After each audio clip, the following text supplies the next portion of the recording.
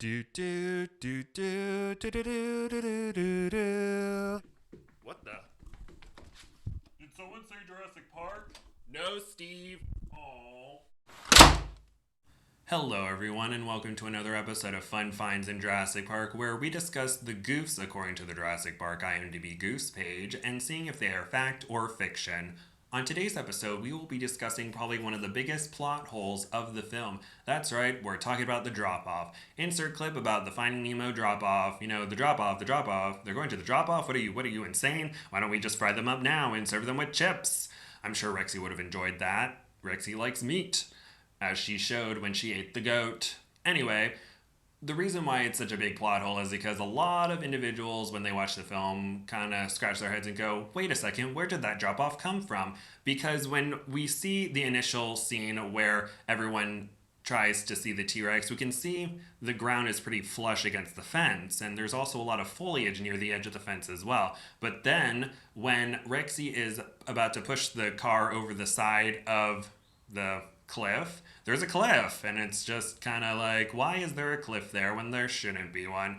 And so there is a plausible explanation on the Clayton Fioriti YouTube page. Clayton Fioriti, if you do not know, is a very popular Jurassic Park fan, enthusiast, YouTuber, whatnot. I'm sure everyone's seen his videos before mine, but you know, what can you do? And so he found how in the script, there is a talk about how there's a concrete moat around the viewing area where Rexy usually comes up to feed. And there are also photos to give everyone an idea of what the scene is supposed to look like. But unfortunately, when you watch the scene, there's not really any indication of a moat, and then it just kind of appears out of nowhere.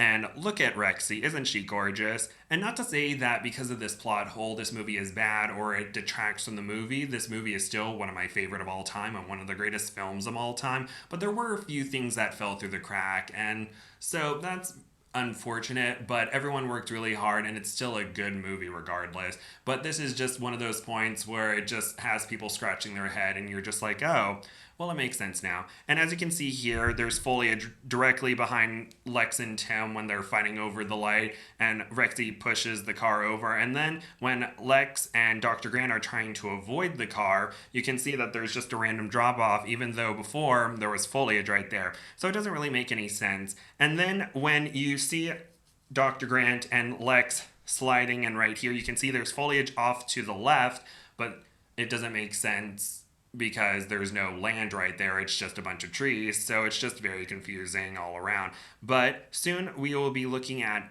videos from Clayton Fioriti's page that discuss this topic, and everyone can figure out for themselves if it's, is it a plot hole or is it just a minor thing that just fell through the cracks? But I'll let you all be the judge of that. Enjoy! Back to the script. This is going to be the first of 3 stops in trying to fully understand what's going on here. And in that script, David Koepp explains the Tyrannosaur breakout scene with the following. The T-Rex starts to nudge the explorer towards the barrier. Over the barrier, there's a gentle terraced area at one side where the Rex emerged from, but the car isn't next to that. It's next to a sharp precipice representing a 50 or 60 foot drop. If you'll recall a little scene that takes place earlier in the film, Donald Gennaro pesters John Hammond about the safety of Jurassic Park. He asks if the 50 miles of perimeter fence are in place before the billionaire assures him that they are. So are the motion sensors and, most importantly, the concrete moats. He made a map depicting the geography of this entire scene. What you're looking at is the actual drawings that were used by Phil Tippett during the production of Jurassic Park to try and perfect the main road breakout scene that was being created for the movie. Here we can see that the T-Rex has to walk up a large inclined hill in order to eat the goat. You can clearly see that the moat is labeled as such to the left of where the Rex breaks out. And with that, we have come to the end of another episode of Fun Finds in Jurassic Park. I hope you enjoyed. Please like, comment nice things, and subscribe. And here we have a photo that relates to next episode's Fun Finds. Thank you all for being here. I hope you had a great time, and I will see you later. Okay, bye-bye now. Bye-bye now.